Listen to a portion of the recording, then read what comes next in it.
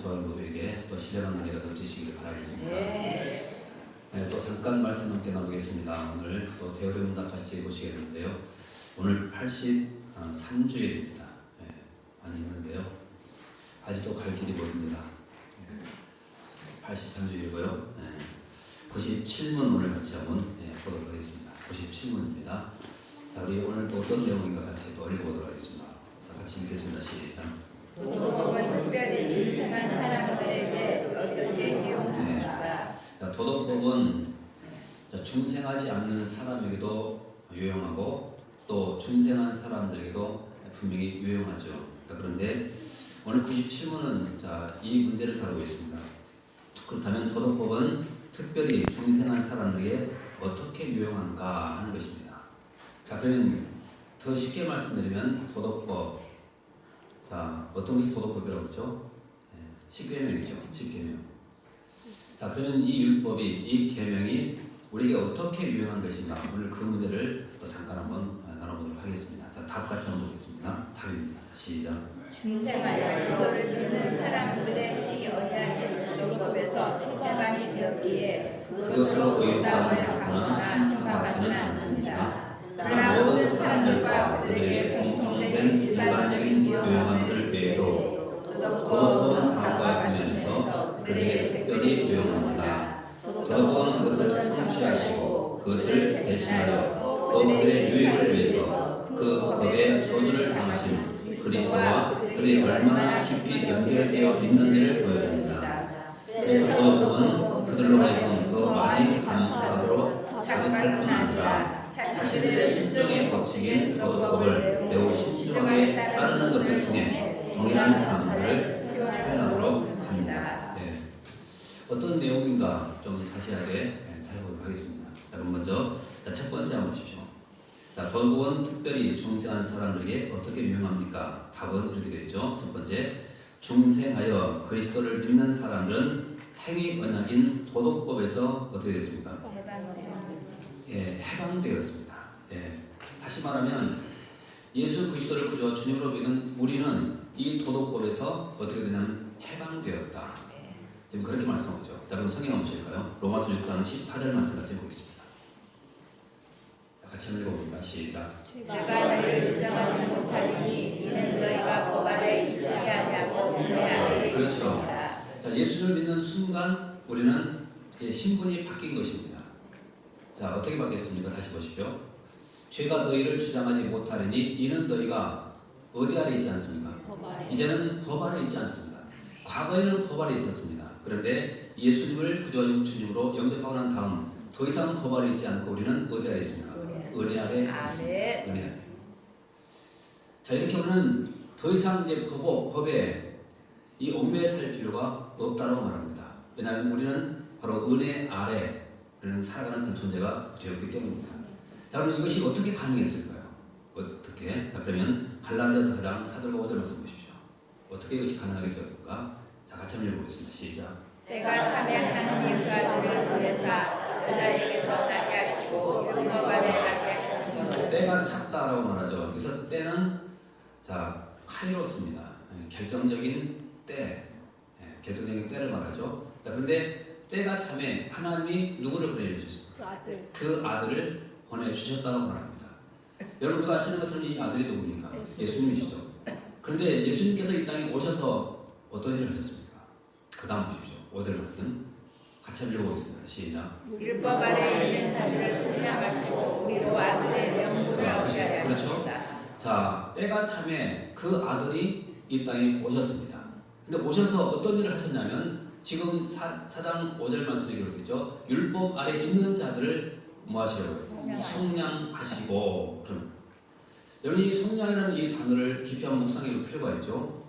자, 때가 찼고 하나님의 아들이신 예수님께서 이 땅에 오셨는데 그 목적이 뭐냐면 우리를 율법 아래에서 속량하려고 오셨다는 것입니다. 그런데 여러분 그 대가가 있죠. 어떤 대가를 지불하셨을까요? 십자가에서 자신의 목숨을 대가로 지불하신 것입니다. 그래서 이 속량이라는 이 단어 속에는 바로 주님의 목숨이 있습니다. 죽음이 있습니다. 그래서 우리는 이 말씀 앞에 우리는 겸손히 우리는 엎드릴 수밖에 없습니다. 나를 살리려고 주님 십자가에서 대신 죽으셨다는 겁니다. 그러고 난 다음 자 우리에게 어떤 축복을 주셨습니까? 우리로 아들의 명분을 얻게 하려 하십니다. 아멘. 다시 말하면 아들이 된 겁니다. 자 그러면 생각해 보십시오. 아까 우리가 읽었죠. 로마서 6장 14절 말씀에 우리는 더 이상 법 아래 있지 않고 은혜 아래 있다고 말했죠. 네. 왜 그런가 하면요. 방금 그 말씀 갈라디아서 다시 보십시오. 자 주님께서 십자가에서 우리 죄를 속량하시고 난 다음 우리로 하여금 아들의 명분을 얻게 했다고 말합니다. 여러분 아들이기 때문에 더 이상 법 아래 있지 않고 은혜 아래 있는 것입니다. 아멘. 우리가 자녀를 키워보면 다 알게 되죠. 여러분 자녀를 법으로 키우는 사람은 어디 있습니까? 자녀는 다 은혜로 사랑으로 키웁니다. 마찬가지로 우리가 하나님의 자녀가 되었으니 이제는 더 이상 법으로 우리를 야단치지 않습니다. 이제는 우리를 어떻게 다루시냐면 사랑으로 다루시고 은혜로 다루시게 된다는 것입니다. 이게 놀라운 축복입니다. 그 다음에 두 번째 보십시오. 자 그러면 그것으로 의롭다함을 받거나 이 그것은 율법을 말하죠. 도덕법. 자 도덕법을 통해서 우리가 의롭다함을 얻을 수가 있습니까? 없습니까? 없습니다. 자, 성경 보십시오. 자 로마서 3장 20절 말씀 가져보겠습니다. 로마서 3장 20절입니다. 자 시작. 그러므로 율법의 행위로 우리의 앞에 옳다심을 얻을 정체가 없나니 율법은 죄를 깨달음이니라. 자, 성경은 분명하게 우리에게 말해주고 있습니다. 율법의 행위로 그의 앞에 의롭다함을 하심을 얻을 육체가 없다고 합니다. 우리가 아무리 선하게 살고 착하게 산다고 할지라도 여러분 그것이 구원의 조건이 될 수가 없습니다. 성경은 분명히 말합니다. 율법의 행위를 통해서는 어느 누구도 의롭다함을 얻을 수가 없고 구원받을 수가 없다고 말합니다. 그러면 어떻게 우리가 의롭다함을 얻을 수가 있을까요? 율법의 행위가 아니라 바로 믿음입니다. 아멘. 자, 여러분 여기서 이 믿음은 누구를 믿는 믿음인가 하면 예수 그리스도를 믿는 믿음입니다. 아멘. 그런데 제가 자주 설명을 드리죠. 왜 예수님을 믿으면 우리가 의롭다함을 얻을 수가 있을까 하는 것입니다. 왜 그럴까요? 제가 설명드렸죠. 뭐 때문에 그러냐면 그 예수님이 의로운 분이시기 때문에 그렇습니다. 다시 말하면 예수님께서 어떤 분이신가 하면 그분은 의로우신 분이십니다. 아멘. 근데 바로 내가 그 예수님을 영접하는 그 순간 주님의 그 의로움이 나의 의로움이 되는 것입니다. 아멘. 그래서 내가 믿음으로 의롭다함을 얻게 된다. 그렇게 말씀하겠습니다. 그 다음에 또 세 번째 보십시오. 또 뭘 받지 않습니까? 심판도 받지 않습니다. 자, 예수 그리스도 안에서 우리는 분명히 자 심판도 받지 않고 우리는 그 은혜 아래에 우리가 거하면서 이 세상을 살게 됐습니다. 이것이 축복이죠. 자 그러면 자, 로마서 8장 1절 말씀 보겠습니다. 로마서 8장 1절입니다. 자 시작. 그러므로 이제 그리스도 예수 안에 있는 자에게는 결코 정죄함이 없나니. 자 그렇죠. 예수 안에 있는 자에게 정죄함이 없다라고 말합니다. 우리가 예수 안에 있습니까? 아멘. 그다음 여러분 절대로 정죄함이 없습니다. 아멘. 왜냐하면 우리는 이미 하나님의 자녀가 되었고 은혜 아래 우리는 사는 그런 존재가 되었기 때문입니다. 그래서 정죄함이 없습니다. 아멘. 여러분 그래도 불구하고 사탄은 악한 마귀는 계속해서 우리를 정죄하죠. 여러분 그 정죄에 우리의 신앙이 무너져서 결코 안 됩니다. 또 흔들려서도 안 됩니다. 우리는 하나님의 자녀인 것을 기억하면서 흔들리지 말고 우리는 끝까지 주님 잘 생기면서 믿음으로 살아가는 것입니다. 아멘. 그 다음에 또 네 번째 보십시오. 자 다시 첫 번째에서부터 세 번째까지 쭉 읽어보시면요. 자 중생하여 그리스도를 믿는 사람들은 행위 언약인 도덕법에서 어떻게 됐습니까? 해방되었죠. 또 그것으로 의롭다함을 받거나 또 심판을 받지도 않게 됐습니다. 자, 그런데 자 4절 네 번째 같이 보겠습니다. 시작. 그러나 모든 사람들과 그들에게 공통된 일반적인 유용함을 위해는 도덕법은 다음과 같은 면에서 그들에게 유용합니다. 도덕법은 그것을 성취하시고 그들을 대신하여도 그들의 유익을 위해서 그 법의 저주를 당하신 그리스도와 그들이 얼마나 깊이 연결되어 있는지를 보여줍니다. 자, 이것 때문에 이 도덕법이 유용하다고 말합니다. 다시 말하면요. 자, 첫 번째부터 세 번째까지도 보면 이것도 도덕법을 통해서 우리가 얻는 유익이죠. 그래서 유용합니다. 다시 말하면 이 도덕법에서 우리는 해방되었습니다. 아멘. 그리고 심판을 받지 않게 되었습니다. 아멘. 그리고 더 이상 우리는 행위로서 의롭다함을 얻지 않고 믿음으로 우리는 의롭다함을 받게 된 것입니다. 아멘. 이게 분명히 축복이죠. 그런데 그것으로 끝나지 않습니다. 지금 네 번째 뭐라고 말하냐면 이렇게 말합니다. 자, 길지만 자, 다시 보십시오. 그러나 모든 사람들과 그들에게 공통된 일반적인 유용함들 외에도 자 어떤 유용함이 있습니까? 자, 도덕법은 다음과 같은 면에서 그들에게 특별히 유용합니다. 도덕법은 그것을 성취하시고 그것을 대신하여 또 그들의 유익을 위해서 그 법의 저주를 당하신 누가요? 그리스도와 그들이 얼마나 깊이 연결되어 있는지 이거 보여주는 거죠. 아멘. 여러분 그리스도와 깊이 얼마나 연결되어 있는가 이거 보여요. 이 말이 무슨 말인가면요. 자, 갈라디아서 3장 13절과 14절 말씀 보겠습니다. 같이 한번 읽어봅니다. 시작. 그리스도께서 우리를 위하여 저주를 받은 바 되사 율법의 저주에서 우리를 성령하셨으니 기록된 바 나무에 달린 자마다 저주 아래 있는 자라 하였으니 14절. 이는 그리스도 예수 안에서 아브라함의 복이 이방인에게 미치게 하고 또 우리로 하여금 믿음으로 말미암아 성령의 약속을 받게 하려 다시 한번 13절 말씀 보십시오. 자, 그리스도께서 우리를 위하여 뭘 받았습니까? 여러분 한번 생각해 보십시오. 그리스도께서 우리를 위해서 뭘 받으셨냐면 저주를 받으셨습니다. 그 저주. 근데 이 저주를 다른 말로 말하면 뭐냐면 형벌입니다. 형벌. 이미 우리는 율법을 깨트린 죄인이죠. 그러면 율법을 깨트린 죄인이라고 한다면 그 대가는 말할 것도 없이 형벌입니다. 저주입니다. 그런데 그런 율법을 깨트린 우리를 위해서 예수님께서 대신 저주를 받으셨고 대신 형벌을 받으셨다는 것입니다. 그래서 갈라디아 3장 13절 말씀에 말하죠. 그리스도께서 우리를 위하여 저주를 받으셨고 율법의 저주에서 우리를 성령하셨다. 대신 저주 받으시고 우리를 율법의 그 저주에서 우리를 성령해 주신 것입니다. 그래서 14절 말씀에 이렇게 말하죠. 이는 그리스도 예수 안에서 누구의 복이요? 아브라함의 복이 이방인에게 미치하고 또 우리로 하여금 믿음으로 말미암아 성령의 약속까지 받게 되었다라고 합니다. 여러분 그렇다고 한다면 우리 이 말씀을 우리가 더 깊이 우리가 살펴본다고 한다면 우리는 이미 누구에게 빚진 자인가 하면 그리스도께 빚진 자입니다. 그리스도께. 그래서 여러분 율법을 알면 알수록 더 부분을 알면 알수록 우리가 알 수 있는 것은 내가 그리스도께 더 큰 빚을 지고 있구나. 이걸 알게 된다는 것입니다. 또 보십시오. 자, 로마서 8장 3절과 4절 말씀을 가지고 있습니다. 자, 같이 읽습니다. 시작. 율법이 육신으로 말미암아 연약하여 할 수 없는 그것을 하나님은 하시나니 곧 죄로 말미암아 자기 아들을 죄 있는 육신의 모양으로 보내어 육신의 죄를 정하사 4절 육신을 따르지 않고 그 영을 따라 하는 우리에게 율법의 요구가 이루어지게 하려 하시니라. 그렇죠. 다시 한번 3절부터 보십시오. 자, 율법이 육신으로 말미암아 연약하여 할 수 없는 그것을 하나님은 하시나니. 자, 여러분 우리는 율법의 그 요구를 완벽하게 우리가 순종하지 못했습니다. 그러나 예수님은 다르시죠. 그분은 바로 이 땅에 오셔서 그 율법의 모든 요구를 다 이루신 분이십니다. 아멘. 그런데 더 중요한 것은요, 우리는 이미 율법을 깨뜨려 버렸어요. 근데 율법을 깨뜨려 버린 우리를 위해서 주님께서는 그 율법의 요구, 다시 말하면 이 율법을 깨뜨리는 죄인에게는 형벌이 있는데 그 형벌을 대신 다 지불하심으로 말미암아 율법의 요구를 다 이루셨다. 지금 그렇게 말씀하고 있습니다. 그래서 우리가 이것을 알면 알수록 우리는 바로 이 주님의 그 놀라운 은혜와 이 주님의 사랑을 깨달지 않을 수가 없습니다. 그래서 우리는 더 감사해야 되고 더 하나님 앞에 찬양하면서 인생을 살아가야 되는 것입니다. 아멘. 바로 그것이 다섯 번째죠. 다섯 번째는 것입니다. 자, 다섯 번째 같이 한번 읽어보겠습니다. 시작. 그래서 도덕법은 그들로 하여금 더 많이 감사를 자극하는 뭘 자극한다고 말합니까? 감사를 자극할 수밖에 없다는 것입니다. 자, 깊이 알면 알수록 우리는 깨달아지는 것이 뭐냐면 아, 주님 나를 구원해 줬구나. 주님 나를 살려주셨구나. 이거 깨닫고 그 주님 앞에 내가 감사하지 않을 수가 없다는 겁니다. 여러분 이것이 감사거리죠. 그럼 성경 한번 보실까요? 자, 누가복음 1장 68절과 69절 말씀을 보겠습니다.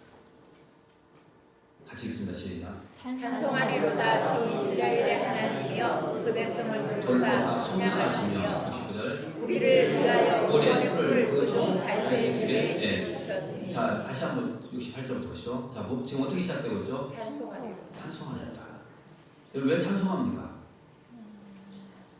주 이스라엘의 하나님이여 그 백성을 돌보사 속량하셨고 또 69절 우리를 위하여 구원의 뿔을 그 종 다윗의 집에 일으키셨도다. 여러분 이것 때문에 찬송하지 않을 수가 없다는 거예요. 아멘. 그렇다면 오늘 우리가 구원받은 것도 여러분 깊이 한번 생각해 보십시오. 얼마든지 이건 찬송거리입니다.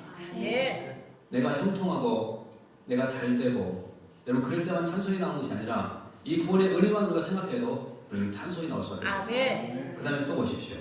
자, 골로새서 1장 12절로 14절까지 말씀 또 보겠습니다. 자, 같이 읽습니다. 시작. 우리로 하여금 빛 가운데서 성도의 기업의 부분을 얻기에 합당하게 하신 아버지께 또 감사하게 뭐하죠? 여기서 아버지께 뭐하고 있습니까? 감사하고 있습니다. 자, 우리로 하여금 빛 가운데서 성도의 기업의 부분을 얻기에 합당하게 하신 하나님께 감사하게. 그 다음에 13절 보십시오.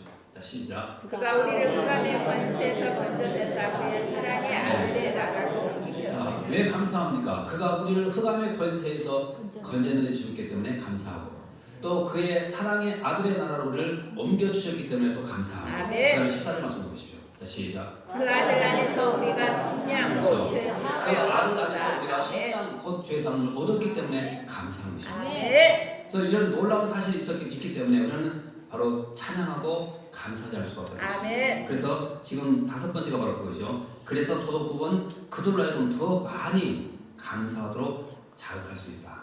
지금 그렇게 말합니다. 자, 그다음에 6번째로 같이 보십시오. 자, 그럼 어떻게 그 감사를 우리가 표현해야 될 것인가?